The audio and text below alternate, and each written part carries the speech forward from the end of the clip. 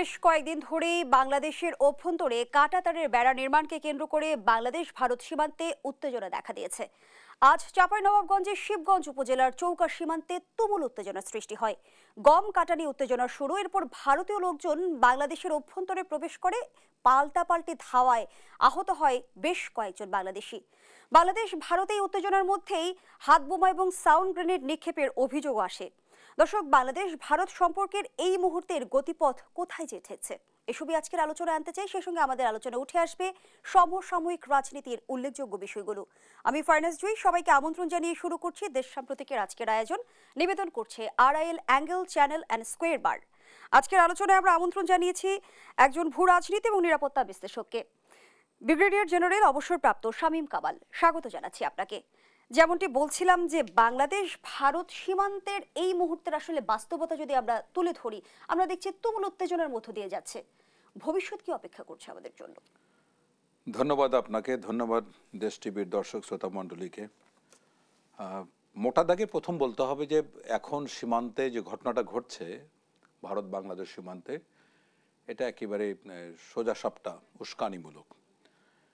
এটার কারণ হচ্ছে গত জুলাই বিপ্লবে আওয়ামী লীগ সরকারের যে পতন, সেটাকে ভারতের ইতিহাসে সবচেয়ে বড় কূটনৈতিক পরাজয়, এটা বলতে গেলে অপমানকর পরাজয়।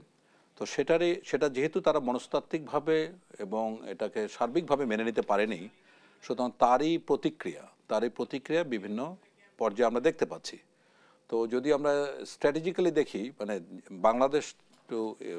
বাংলাদেশ ইন্ডিয়ার মধ্যে যদি আমরা কূটনৈতিক সম্পর্ক দেখি, সেটা যেমন একেবারেই গিরিখাতের কিনারায় পৌঁছেছে, এইটার একটা রিফ্লেকশন আমরা দেখতে পাচ্ছি সীমান্ত এলাকায়।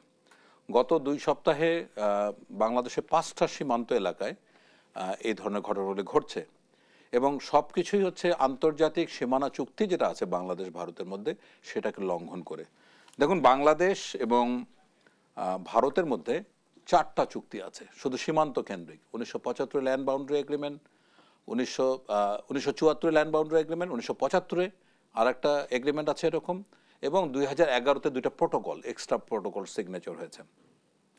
এখানে যে আইনটি খুবই সুস্পষ্ট, উভয়দের যেটা মানে একমত হয়েছে যে শূন্য লাইনের মধ্যে 150 গজের ভিতরে, শূন্য লাইন থেকে 150 গজের ভিতরে কোনো দেশই কোনো ধরনের স্থাপনা, কোনো ধরনের কোনো কিছু দাঁড় করাতে পারবে না।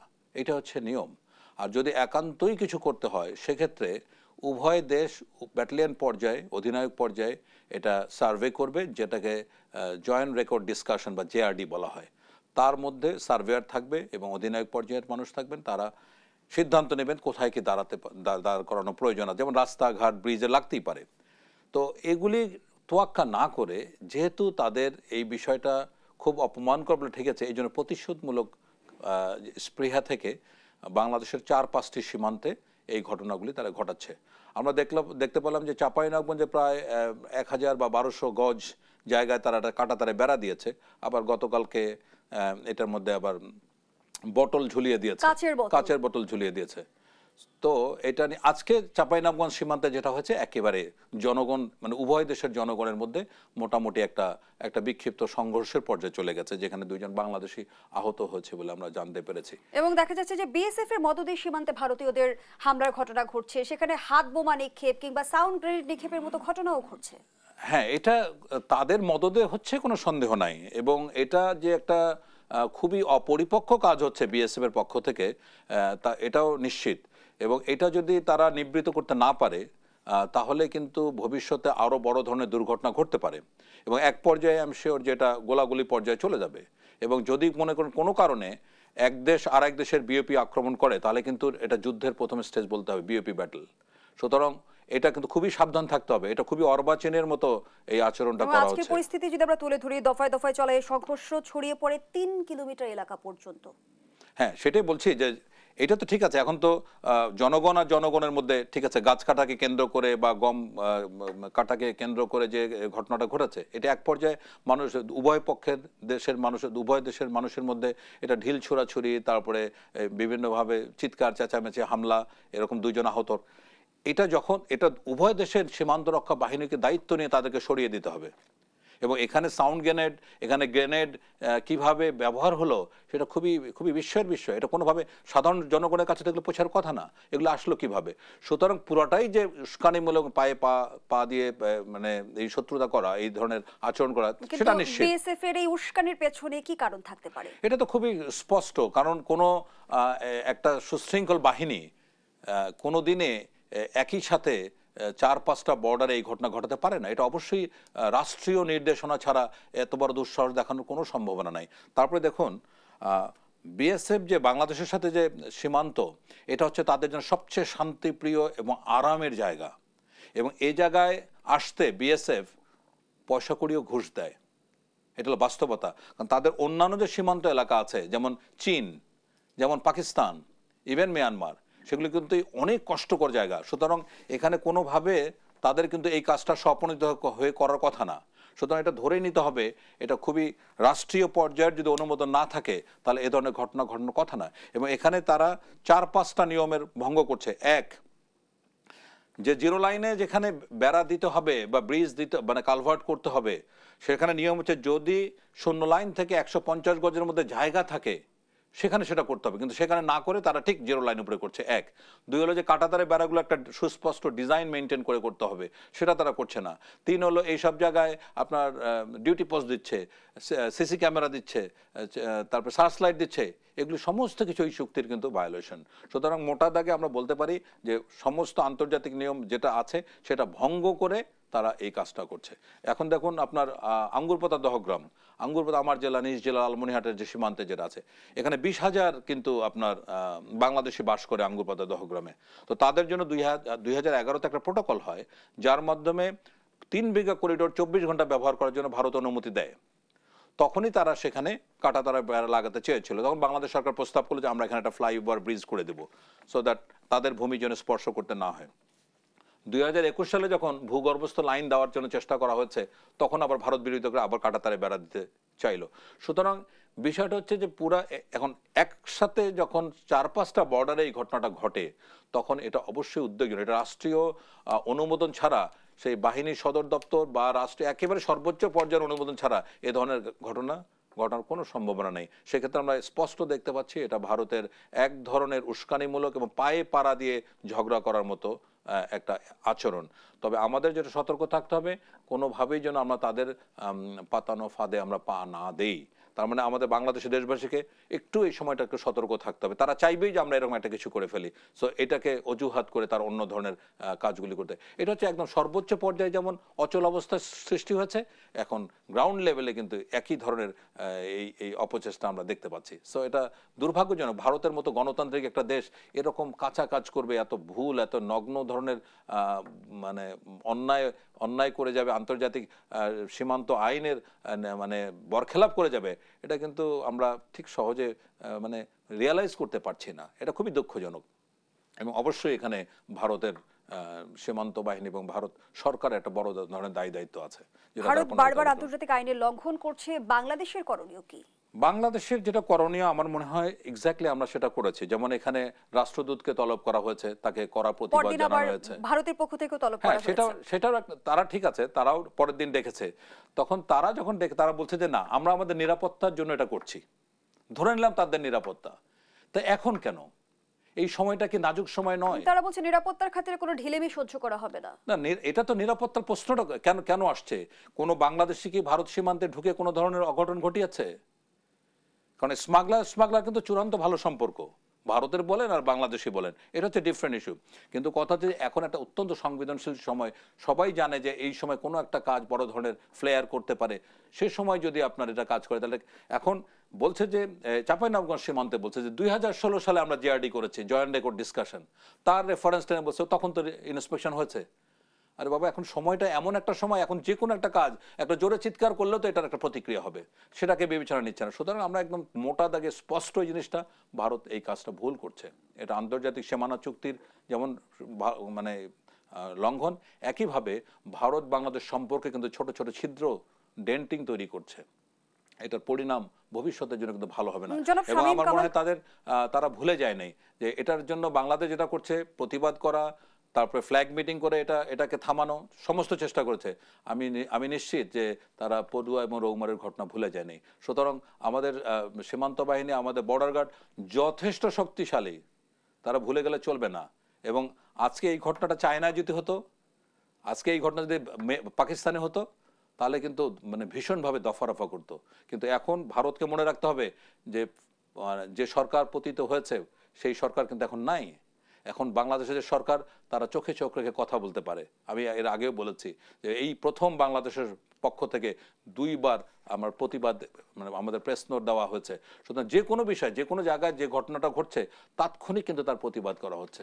সুতরাং ভুলে গেলে চলবে না যে এটা আর আওয়ামী সরকার না, যে সুতরাং সবকিছু। আর বাংলাদেশের এই পরিবর্তনটাই কি আসলে ভারত কোনোভাবে মেনে নিতে পারছে না? আমরা গণঅভ্যুত্থানের পরপরই দেখছি যে বাংলাদেশ বিরোধিতা এখন কেবল একটি নির্দিষ্ট রাজনৈতিক দল বা মতাদর্শের মধ্যে সীমাবদ্ধ নয়, ভারতের সব দলের ক্ষেত্রে কম বেশি দৃশ্যমান হচ্ছে। এইবার বিষয়টা খুবই খুবই মানে আশ্চর্যজনক। আমি এর আগেও আপনাদেরকে বলেছি যে দেখুন, আমি 3-4টা ঘটনা বলি। যে 1975 সালে যখন শেখ মুজিবকে সপরিবারে হত্যা করা হলো, তখন ভারতের হাই কমিশনার ছিলেন সমর সেন। উনি কিন্তু ইন্ডিয়াতে ছিলেন। খুব তাড়াহুড়া করে বাংলাদেশে আসলেন, এসে খন্দকার মোশতাককে বললেন যে শেখ মুজিবের হত্যাকাণ্ড যতই আমাদের কষ্ট দিক, ব্যথিত করুক না কেন, আমরা কিন্তু ডিপ্লোম্যাটিক সম্পর্ক, কূটনৈতিক সম্পর্কটা চালিয়ে যাব। আবার যখনই বিএনপি আসছে 91-তে বা 2001-এ এই ঘটনাটা ঘটেছে। মুচকুন্দ উবে একবার আসছিলেন এবং আর একবার আসছিলেন আরেকজন নিরাপত্তা উপদেষ্টা। তারা কিন্তু এসে বলেছে যে ঘটনা যাই হোক না কেন, আমরা কিন্তু বাংলাদেশের সাথে দ্বিপাক্ষিক সম্পর্কটা চালিয়ে যাব। এইবারই একটা ব্যতিক্রম ধর্মী ঘটনা আমরা দেখছি যে সরকার থেকে শুরু করে, রাজনৈতিক দল থেকে শুরু করে, জনগণ, মিডিয়া সমস্বরে তারা কিন্তু গোয়েবলস থিওরি নিয়ে কাজ করছে। এবং গোয়েবলস থিওরি জানেন যে repeat a lie so often so that it becomes true, বারবার একটা মিথ্যাকে বারবার বলে সত্য করে চালু করা। তো এখন কথা হলো যে আমরা খুবই অবাক হয়েছি, এবং কংগ্রেস নেতা নেত্রীরা, রাহুল গান্ধী গত সেপ্টেম্বরে এবং গত মাসে প্রিয়াঙ্কা গান্ধী তার ব্যাগের মধ্যে ঝুলিয়েছে we are beside the minorities of Bangladesh. This means nonsense. এটার মূল কারণ হচ্ছে ভারতের সামনে নির্বাচন। সেখানেই আমার প্রশ্ন যে নির্বাচনে আসলে জয়লাভের জন্য কি দলগুলো বাংলাদেশ বিরোধিতার এই অবস্থানকে আসলে হাতিয়ার হিসেবে নিচ্ছে? অবশ্যই। এখন শুধুমাত্র বিজেপি না, সামনের যে নির্বাচন আছে তাতে বাংলাদেশকে একটি মৌলবাদী, একটা জঙ্গি স্টেট হিসাবে মানে যদি তুলে ধরতে পারে, এবং এই যে প্রজেকশন, এখানে যে দল যত ভালো করবে সে তত বেশি ভোট পাবে।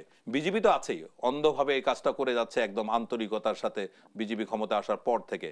দ্বিতীয়ত দেখেন, মানে মমতা ব্যানার্জির মতো একদম মানে যাকে আমরা অত্যন্ত সাহসী, সৎ এবং বাংলাদেশের বন্ধু হিসেবে ভাবতাম, উনিও বললেন যে এখন পিস কিপিং দরকার। কারণ উনি চিন্তা করলো বিজেপি তো অনেক দূর এগিয়ে গেছে, আমি তো মার খেয়ে গেলাম। এবং কংগ্রেস নেতা নেত্রী, রাহুল গান্ধী, প্রিয়াঙ্কার মতো নেতা নেত্রীরা, তারাও কিন্তু এই সুরে কথা, দিস ইজ ননসেন্স। তারা যদি এসে বাংলাদেশে দেখে আসলে পরিস্থিতি কি। বরং আওয়ামী সরকারের সময় আমি 2021 সালে একটা খতিয়ান দিতে পারি, যেখানে সংখ্যালঘুদের প্রতি নির্যাতন অনেক বেশি হয়েছে। 127টা মণ্ডপে আক্রমণ হয়েছে, যেখানে 9 জন নিহত হয়েছে। তার থেকে পরিস্থিতি এখন অনেক ভালো। সুতরাং এটা জাস্ট রাজনীতি। ভারতের সামনে নির্বাচনকে কেন্দ্র করে এখন বাংলাদেশকে একটা ট্রাম্প কার্ড হিসেবে ব্যবহার করতে চাচ্ছে, এবং এখানে কেউ পিছিয়ে থাকতে চাচ্ছে না। কংগ্রেস, এখন ভারতের যে সমস্যা, ভারত ধর্মনিরপেক্ষতার নীতি থেকে হাজার হাজার মাইল দূরে সরে গেছে। ভারত এখন একটা ধর্মীয় রাষ্ট্র। এটার জন্ম, উপমহাদেশের সব দেশেরই কিন্তু জন্ম কিন্তু ধর্মভিত্তিক রাজনীতির উপরে। আপনি সে 47-এর কথা বলেন বা 71-এর কথা বলেন, সব কিন্তু মূল হচ্ছে গিয়া ধর্মভিত্তিক রাজনীতি। কিন্তু ভারত যদি এই পথে হাঁটে, ভারতের ভবিষ্যৎ একেবারে অন্ধকার। যদি ধর্মনিরপেক্ষতা তারা ভারত মহাসাগরে ছুড়ে দেয়, তাহলে ভারত কিন্তু আর অখণ্ড থাকবে না, ভারত বিভক্তি আসতে বাধ্য। ভারতের সকল প্রতিবেশীর সাথেই ভারতের এক ধরনের বৈরিতার সম্পর্ক লক্ষ্য করা যায়। বাংলাদেশকে অস্থিতিশীল করে ভারত কতটা স্বস্তিতে থাকবে? ভারত, আমি বললাম, ভারত তাদের পররাষ্ট্র নীতির ক্ষেত্রে ফলো করে চাণক্য কৌটিল্য নীতি। হ্যাঁ, তো কৌটিল্যর যে অনেকগুলি পলিসি আছে, তার মধ্যে একটা হচ্ছে গিয়া প্রতিবেশীকে মানে ব্যস্ত রাখা, অশান্ত রাখা, বা প্রতিবেশীর উপরে চড়াও হওয়া, এটা একটা পলিসি। এর মধ্যে ভারতে অনেকগুলি কিন্তু সুন্দর সুন্দর ডক্ট্রিন আসছে। আইকে গুজরালের সময় একটা ভালো ডক্ট্রিন দিয়েছে, সুন্দরজি নামে একজন ডক্টর। আমরা এটা পড়ি, যে সাবজেক্টগুলি পড়তে গিয়ে আমাদের ধারণা হয়েছে এগুলো কিন্তু অনেক ভালো ভালো আদর্শের কথা ছিল, কিন্তু ঘুরে ফিরে ভারতীয় রাজনীতিবিদরা কূটনীতিবিদরা ওই কৌটিল্য অর্থশস্ত্র একদম ক্ষমতায় যাওয়ার পরে প্রথম হচ্ছে তাদের যেমন মুসলমানদের একটা মানে করে আপনার মুসলমান হতে হয়, তেমন ওদের মানে ভারতীয়দের কূটনীতিবিদ বা রাজনীতিবিদদের কৌটিল্য অর্থশাস্ত্র ছাড়া রাজনীতিতে ঢোকা যাবে না। সুতরাং এই জায়গাটাতে ভারতের কোনো প্রতিবেশীর সাথে সম্পর্ক ভালো নাই, একমাত্র ছিল বাংলাদেশ। এবং বাংলাদেশের উপরে তারা যত ধরনের ক্ষোভ রাগ, কারণ এতদিন যেভাবে বাংলাদেশ অনুগতভাবে সম্প্রদানের সপ্তমী আকারে যেভাবে স্বার্থ জাতীয় স্বার্থ বিক্রি করে দিয়েছে নির্লজ্জের মতো দেশদ্রোহের মতো, এটা তো আগে কখনো পায়নি। সুতরাং দেখুন, এটা শুধু কিন্তু আমি শুধু লাস্ট সরকারকে আমি দোষারোপ করি না, স্বাধীনতার পরে যতগুলি সরকার ছিল সব সরকারই কিন্তু কম বেশি বাংলাদেশের স্বার্থকে বিক্রি করে দিয়েছে। আমি একটা উদাহরণ দেই, 1972 সালে একটা ইনল্যান্ড ওয়াটার ট্রিটি হয়েছিল বাংলাদেশের সাথে, যে এখানে লয়্যালটি হিসাবে বাংলাদেশকে 5 কোটি টাকা দেবে বাংলাদেশের জল সীমা ব্যবহারের জন্য ভারতের জাহাজ। এই টাকা 1 টাকাও পারেনি। 2011 সালে যখন বাংলাদেশ প্রস্তাব করলো এটা বাড়ার কথা, তখন ওই 1972 সালের চুক্তির কথা বলে চিন্তা করতে পারেন, সেই 5 কোটি টাকার 1 কোটি টাকা বাড়লো না কথা। তাহলে এই সময় কি অন্যান্য দেশের সরকার ছিল না? নদীর কথা আমি অনেকবারই বলেছি যে ভারতের সাথে বাংলাদেশের আমাদের 200টা নদী, 54টা নদী কাগজ কলমে বলা হয়, তখন কি অন্য সরকার ছিল না? সুতরাং যেই সরকার, এবং দেখুন সবচেয়ে গুরুত্বপূর্ণ বিষয়, আমরা গত সপ্তাহে যেটা খেয়াল করলাম, ভারতের সেনাবাহিনীর প্রধান একটা কথা বলেছেন যে একটা অন্তর্বর্তীকালীন সরকার আসলে আর একটা নির্বাচিত সরকার আসলে এই সমস্যার সমাধান হবে না। আমি যদি পজিটিভলি দেখি, ভারতীয় সেনা প্রধানের এই বক্তব্যের পেছনে কি বার্তা রয়েছে, আমি সেই প্রশ্নটি আপনার কাছে রেখে যাচ্ছি। একটা বিরতির সময় হয়েছে। দর্শক, দেশ সম্প্রতিকের এই পর্যায়ে একটা বিরতি নিচ্ছি, সাথেই থাকুন।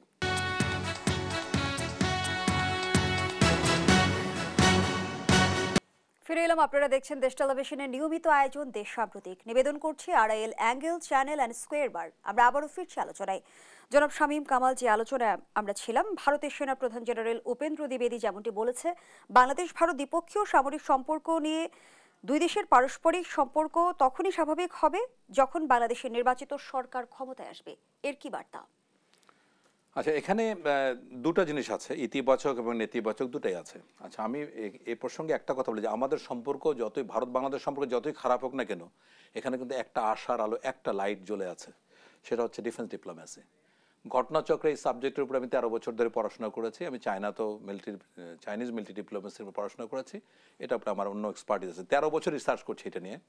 তো এখন দেখুন, যদি আমরা পজিটিভলি চিন্তা করি, ইতিবাচক বিষয়টা দেখি, তখন কিন্তু আমাদের সেনাবাহিনী প্রধান এবং ভারতের সেনাবাহিনী প্রধান দুজনেই স্বীকার বলেছেন যে আমরা এক দেশ আর এক দেশের স্ট্র্যাটেজিক পার্টনার।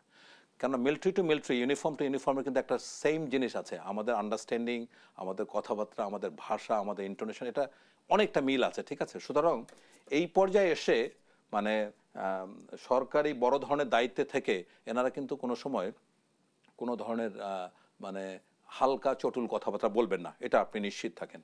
সুতরাং এই ক্ষেত্রে কিন্তু উভয় দেশের সেনাবাহিনীর প্রধান অত্যন্ত ইতিবাচক কথা বলেছে, ডেসপাইট যতটাই সম্পর্ক খারাপ হোক না কেন। হ্যাঁ, এর মধ্যে আমি যদি বলি যে ভারতের সেনাবাহিনী প্রধান যেটা বলেছেন, এটার একটা কারণ হতে পারে যে হ্যাঁ, অফকোর্স এটা উনি না বললে ভালো হতো, এটা ওনার পারভির ভিতরে আসে না, ওনার দায়িত্ব কর্তব্যের মধ্যে এই ধরনের মন্তব্য না করলেও পারতেন।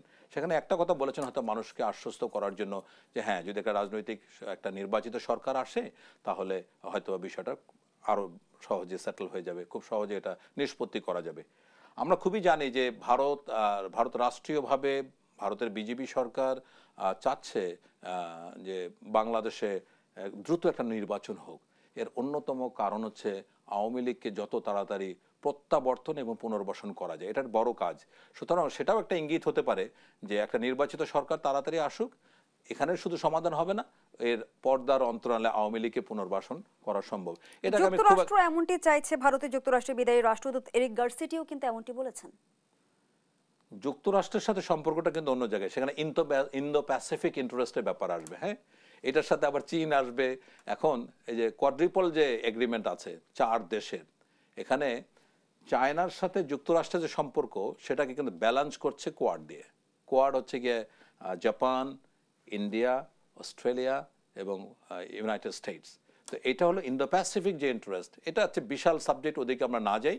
বরং যুক্তরাষ্ট্র কি চাচ্ছে? যুক্তরাষ্ট্র চাচ্ছে যে বাংলাদেশের নির্বাচিত সরকার আসুক, গণতান্ত্রিক সরকার আসুক। ভারতও বলার সময় তাই বলবে, কিন্তু ভারত চাচ্ছে যত তাড়াতাড়ি সম্ভব।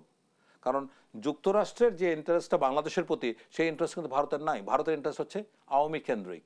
সো আওয়ামী লীগকে কত তাড়াতাড়ি প্রত্যাবর্তন এবং পুনর্বাসন করা যায় সেই এজেন্ডা তো যুক্তরাষ্ট্রের নাই। সুতরাং দুইজনের কথা বলার মধ্যে অনেক তফাৎ আছে। সুতরাং আমি একটা জিনিস বলতে চাই, যেমন বাংলাদেশের সেনাবাহিনীর প্রধান যেহেতু উনি কিন্তু প্রায় 5-6 মাস আগে বা 4 মাস আগে রয়টারকে একটা ইন্টারভিউ দিয়েছিলেন, সেখানে বলেছিলেন যে মানে 18 মাসের মধ্যে যদি বাংলাদেশে নির্বাচন হয় তাহলে সেখানে আমরা পূর্ণ সহযোগিতা করবো। এটাও তো সেনাবাহিনী প্রধানের বলার কথা না, উনি কেন বলেছেন? আমি এটা অত্যন্ত পজিটিভলি দেখছি। মানুষের ভিতরে যে অস্থিরতা, যে অনিশ্চয়তা কাজ করছে, সেক্ষেত্রে সেনাবাহিনী প্রধানের জায়গা থেকে যদি এরকম একটা কথা বলা হয় তাহলে হয়তো মানুষের আস্থার জায়গাটা অনেক শক্তিশালী হবে। একই ধরনের ভাষায় আমি মনে করি জেনারেল উপেন্দ্র ত্রিবেদী একই কথা বলেছেন যে ঠিক আছে, এটা ছোটখাটো প্রবলেম, আমাদের দুই দেশের সশস্ত্র বাহিনীর মধ্যে সম্পর্ক ভালো আছে, আমরা একজন আরেকজনের কৌশলগত পার্টনার, এবং একটা নির্বাচিত সরকার আসলে হয়তো বা সমস্যার সমাধান। এটাকে আমরা সিরিয়াসলি, আমরা মনে হয় যে নেতিবাচকভাবে এতটা না দেখলেও পারি। বরং অন্যান্য ক্ষেত্রে যেখানে পয়েন্ট ব্ল্যাঙ্ক রেঞ্জে মিথ্যা কথা বলে অনেক ধরনের বাড়াবাড়ি করে কথা বলছে, সেই জায়গাগুলো আমাদেরকে অ্যাড্রেস করা আমাদের কূটনৈতিকভাবে আমাদের জন্য ভালো হবে বলে আমি মনে করছি। এবং এর আগে যেমনটা আমরা জানতে পেরেছি যে বাংলাদেশের সামরিক কেনাকাটায় সতর্ক অবস্থানে ভারত, কেন? সতর্ক অবস্থানে ভালো থেকে লাভটা কি? আমি তো আমার কাজ করব। বাংলাদেশের প্রিন্সিপাল স্টাফ অফিসার এখন পাকিস্তান ভিজিট করছেন এবং ডিফেন্স কোঅপারেশন করার জন্য মোটামুটি একটা নীতিগতভাবে সিদ্ধান্ত হয়েছে। আমার নিরাপত্তার জন্য আমি যেখান থেকে প্রয়োজন আমি সেখান থেকে অস্ত্র নিয়ে আসবো। আমার জন্য সবচেয়ে বড় হচ্ছে চায়না, আমরা আগাগোড়ায় নিয়ে আসছি। মাঝে পাকিস্তান কিছুদিন বন্ধ ছিল, পাকিস্তানের এমন কোনো বড় ধরনের অস্ত্র উৎপাদনও করে না যে তাদের কাছে আনতে হবে। এখন ভারত যতই তীর্থের কাকের মতো অপেক্ষা করুক, যতই গবেষণা করুক, তাতে হু কেয়ার্স, এটা কার, তাতে কার কি যায়? আমি আমার নিরাপত্তার জন্য, আমার প্রতিরক্ষার জন্য আমার যেখানে খুশি সেখান থেকে আমি নিয়ে আসবো, কেউ বাধা দিতে পারবে না। এখন বাধা দিতে পারবে? যদি আমরা পাকিস্তান থেকে, দেখুন আমাদের চালের দরকার, প্রচুর চালের দরকার, চাল আমরা আনছি না, পাকিস্তান থেকে আনছি না, মিয়ানমার থেকে আনছি না, এমনকি ভারত থেকেও এনেছি। সুতরাং এখন বুঝতে হবে কূটনৈতিক সম্পর্ক যত খারাপ হবে, ভারত কিন্তু একটা ক্যালকুলেটেড রিস্ক নিয়ে এখন বাংলাদেশের সাথে সম্পর্ক করছে। আমি গতবারও বলেছি আপনাকে, গত বছর মানে 2023-এ ভারত রপ্তানি করেছে 777 বিলিয়ন, তার মধ্যে বাংলাদেশ আসছে $13 বিলিয়ন পণ্য। হ্যাঁ, এটা কিন্তু তাদের যে পার্সেন্টেজ, তাদের 1.5। ভারত এটা বন্ধ করে দিতে যাচ্ছে, তারপরে বাংলাদেশকে সমুচিত শিক্ষা দিতে চাচ্ছে। কিন্তু ইটস এ রং ওয়ে। কারণ আপনি যখন আমাকে খাদ্য তো বন্ধ করবেন, পাকিস্তান থেকে আমরা আনছি, এই আগামী মার্চের মধ্যে আসছে 1.5 লক্ষ মেট্রিক টন। এবং পাকিস্তানের সাথে এই সম্পর্ক উন্নয়নকেও কিন্তু ভারতের গণমাধ্যমে আমরা দেখছি ফলাও করে প্রচার করা হচ্ছে। ওই যে বললাম যে এনিমিজ ইউর ফ্রেন্ড, আমরা তাদের থিওরি ফলো করব। যেহেতু পাকিস্তান আর ভারত চিরশত্রু, সুতরাং ভারতের চিরশত্রু, যেহেতু আমাদের সাথে এখন ভারতের সম্পর্ক খারাপ যাচ্ছে, সুতরাং পাকিস্তানের ভারতের যত শত্রু আছে তারা আমাদের বন্ধু হয়ে যাবে। এটা তো তাদেরই থিওরি, অর্থশাস্ত্রের কৌটিল্যের থিওরি, আমরা তো ওইটাই ফলো করছি, আমাদের আলাদা কোনো থিওরির প্রয়োজন নাই। তো 20 জানুয়ারি চীন সফরে যাচ্ছে বাংলাদেশের পররাষ্ট্র উপদেষ্টা। চীন এবং ভারতের সাথে ভারসাম্যমূলক সম্পর্ক ধরে রাখাটা কতটা চ্যালেঞ্জিং? ভারসাম্যমূলক সম্পর্ক কিন্তু প্রশ্নই ওঠে না, আমি কোনো সময় এর মধ্যে ভারসাম্য দেখতে পাই নাই। হ্যাঁ, আমাদের প্রয়োজন আমরা মিটিয়েছি, হ্যাঁ আমাদের প্রয়োজন মিটিয়েছি, কোনো সময় চীন থেকে, কোনো সময় ভারত থেকে, কোনো সময় ইউএসএ থেকে, কোনো সময় ইরান থেকে, যার যেখানে প্রয়োজন। এখন দেখুন চীনের ইন্টারেস্টটা কি? চীনের সাথে ইউএসের যে প্রবলেমটা, সেটা হচ্ছে সাউথ চায়না সি নিয়ে, এর ব্যাকইয়ার্ডে, সেখানে ফিলিপিন, তারপরে আপনার মানে কম্বোডিয়া, এইসব দেশকে দিয়ে, মালয়েশিয়া, এইসব দেশকে দিয়ে কিন্তু ওখানে আপনার অস্থিতিশীল একটা অবস্থা রেখেছে।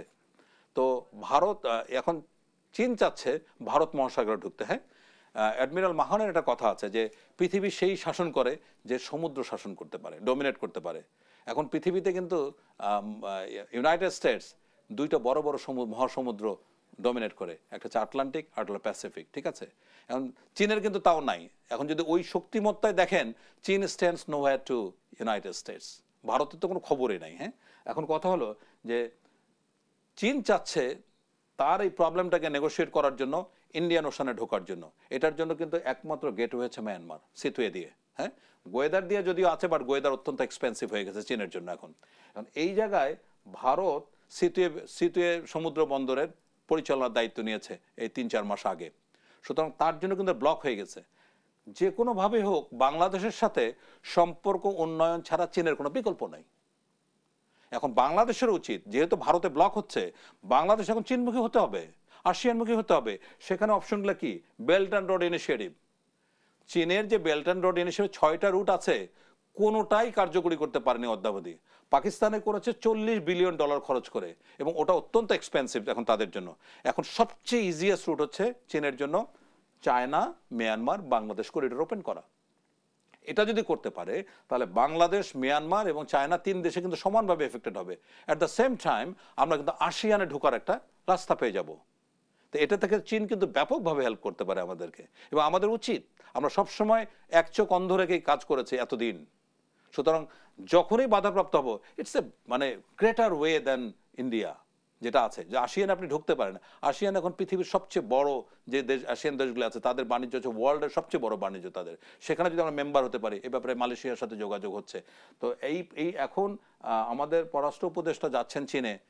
This is the time to hit the iron, মানে ওয়েন ইট ইজ হট। এখন কিন্তু পর্যাপ্ত হট। কিন্তু সেখানে আসলে মিয়ানমারের জন্য বাংলাদেশের পদক্ষেপ কি হবে? কারণ আমরা পরিবর্তিত প্রেক্ষাপটে তো দেখছি এক ধরনের অস্থিরতা তো আছে, রোহিঙ্গা অনুপ্রবেশের ঘটনাও ঘটছে সাম্প্রতিক সময়ে, এবং তারপরও শোনা গেছে সাম্প্রতিক সময়ে যে 3টি কার্গো জাহাজ আটকে রেখেছে আরাকান আর্মি। আচ্ছা, মিয়ানমার বাংলাদেশ সম্পর্কটাকে বাংলাদেশ লেজে গোবরে করে ফেলেছে একেবারে। আমি একাধিকবার বলেছি, আমাদের পররাষ্ট্র নীতি হচ্ছে প্রতিবন্ধী একটা মানে পররাষ্ট্রনীতি। কারণ আমাদের 3টা প্রতিবেশী, বঙ্গোপসাগর, মিয়ানমার এবং ইন্ডিয়া। কোনো প্রতিবেশীর কাছে আমরা কিন্তু কোনো সময় কোনো বিষয়ে কোনো মানে উইনে যেতে পারি নাই। সবসময় এটা উইন লুজ, মানে তারা ছিল লাভে, আমরা ছিলাম লসে, এবং এটা অনেক বেশি। তারা যদি 80 ভাগ 90 ভাগ সুবিধা পেয়ে থাকে, আমরা পেয়েছি 10 ভাগ। এই প্রবলেম যখন শুরু হলো, যখন আপনার অপারেশন 1027 তারা এই গত বছর জানুয়ারিতে 10 জানুয়ারিতে লঞ্চ করে থ্রি ব্রাদারহুড অ্যালায়েন্স, মানে আরাকান আর্মি সহ, তখনই কিন্তু বাংলাদেশের জন্য একটা মোক্ষম সময় ছিল। তখনই বাংলাদেশের উচিত ছিল 1.5 ট্র্যাক ডিপ্লোমেসি অ্যাডপ্ট করা, যেখানে মিয়ানমার গভর্নমেন্টের সাথে, জান্তা গভর্নমেন্টের সাথে, আরাকান আর্মির সাথে, বা ইউএল এর সাথে, বা প্রবাসী সরকারের সাথে, মানে যত ধরনের চ্যানেল ছিল সবগুলি বাংলাদেশে অপারেট করার কথা ছিল। কিন্তু আমাদের দেশ থেকে কোনো কিছু করা হলো না। এমনকি ওই সময় যে আমাদের যে আমাদের গোদের উপরে যে বিস্ফোরা রোহিঙ্গারা, তাদের একটা অপশন ছিল, যদি তারা 1027 জয়েন করতো, তাহলে কিন্তু তারা আজকে এই বাস্তবতায় রোহিঙ্গা প্রত্যাবাসন ঝুলে গেল কিনা আমি প্রশ্নটি রাখছি আপনার কাছে। আবারও বিরতির সময় হয়েছে। দর্শক, দেশ সম্প্রতিকের এই পর্যায়ে আবারও বিরতিতে যাচ্ছি, সাথেই থাকুন। ফিরে এলাম, দেখছেন দেশ টেলিভিশনের নিয়মিত আয়োজন দেশ সাম্প্রতিক। আমরা আবারও ফিরছি আলোচনায়। জনাব শামীম কামাল, যে আলোচনায় আমরা ছিলাম। হ্যাঁ, এখন দেখুন, মিয়ানমার আমাদের যে আরাকান আর্মির সাথে যেহেতু আমরা সম্পর্কটা ডেভেলপ করি নাই, এবং হঠাৎ করে একদিন আমরা দেখব যে আরাকান একটি স্বাধীন দেশ, আমাদের প্রতিবেশী আর মিয়ানমার নাই। তো এই একটা সময়ে আমাদের সামনে কিন্তু অপূর্ব একটা সুযোগ আছে যদি আমরা কাজে লাগাতে পারি।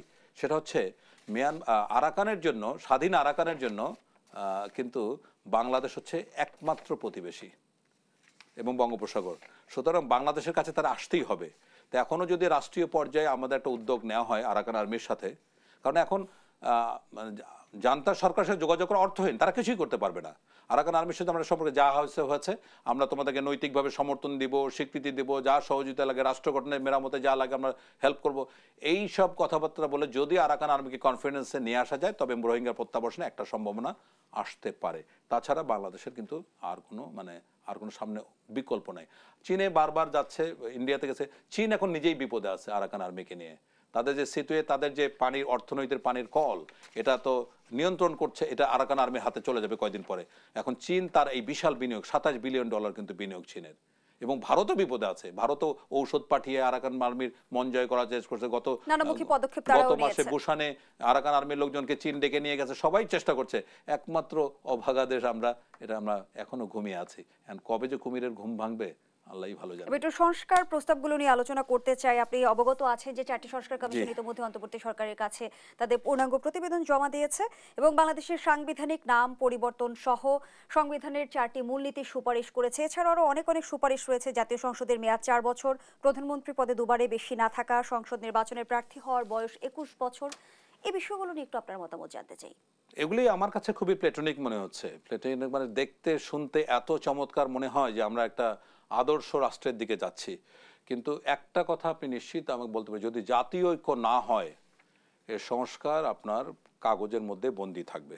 এবং জাতীয় ঐক্য এমন একটা জিনিস, কয়েক হাজার বছর ইতিহাসে এই জাতিকে ঐক্যবদ্ধ হতে কোনো সময় দেখা যায়নি। একমাত্র ঘটনা ঘটেছে যখন ইখতিয়ার উদ্দিন মোহাম্মদ বখতিয়ার খলজি যখন নদিয়া আক্রমণ করেছিলেন, তারপরে মানে নও-মুসলিম এবং আগে যারা ছিল তারা একত্রিত হয়ে এই জায়গায় ঐক্যবদ্ধ একটা, এটা আমি বলছি যদুনাথ সরকারের History of Bengal page number 52-তে এটা কথা লেখা আছে। একটা মাত্র সময় এই জাতি ঐক্যবদ্ধ হয়েছিল। সেই ইতিহাসের বিরল জাতীয় ঐক্য এবার আমরা দেখতে পাবো কি? অসম্ভব, অসম্ভব।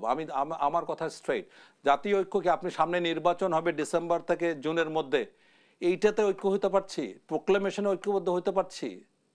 একটা সাবজেক্ট আপনি দেখান বাংলাদেশের স্বাধীনতার পরে পুরা জাতি একসাথে হচ্ছে। আমরা জাতিগতভাবে অত্যন্ত হুজুগপ্রিয় জাতি, যে কোনো ঘটনা ঘটুক আবেগ দিয়ে হুজুগ দিয়ে এটা নিষ্পত্তি করি, বাস ঘটনা শেষ। আপনি বলুন কোন জায়গাটা সংস্কারের কথা বলেছেন, একটা সংস্কারের ব্যাপারে আমি কথা বলবো, বিকজ আমি এটার ভুক্তভোগী, সেটা হচ্ছে নির্বাচন ব্যবস্থা সংস্কার। আমি একটা রিড করেছিলাম চাকরি থেকে চলে যাওয়ার পরে হাইকোর্টে, আমাদের সরকারি কর্মকর্তাদের একটা বার আছে, 3 বছর সংসদ নির্বাচন করতে পারবে না। পৃথিবীর কোনো ইতিহাসে, পৃথিবীর কোনো দেশে এই ধরনের কোনো আইন নেই, শুধুমাত্র বাংলাদেশে এই আইনটা আছে। তাহলে কেন সরকারি কর্মকর্তারা কেন পারবে না 3 বছর নির্বাচন করার জন্য? আমরা কি আর্টিকেল 66(2)-এ বলা আছে, 66(2)-তে কারা কারা নির্বাচন করতে পারবে না? এরা ঋণ খেলাপিরা পারবে না, অপ্রকৃতস্থ মানসিকভাবে তারা পারবে না, যারা ফৌজদারি মামলায় দণ্ডপ্রাপ্ত তারা পারবে না। তার সাথে কি আমরা দেশের জন্য চাকরি করে আমরা বড় অপরাধ করে ফেলেছি? তা আমরা বহুত অনেক আশা নিয়ে অপেক্ষা করছিলাম।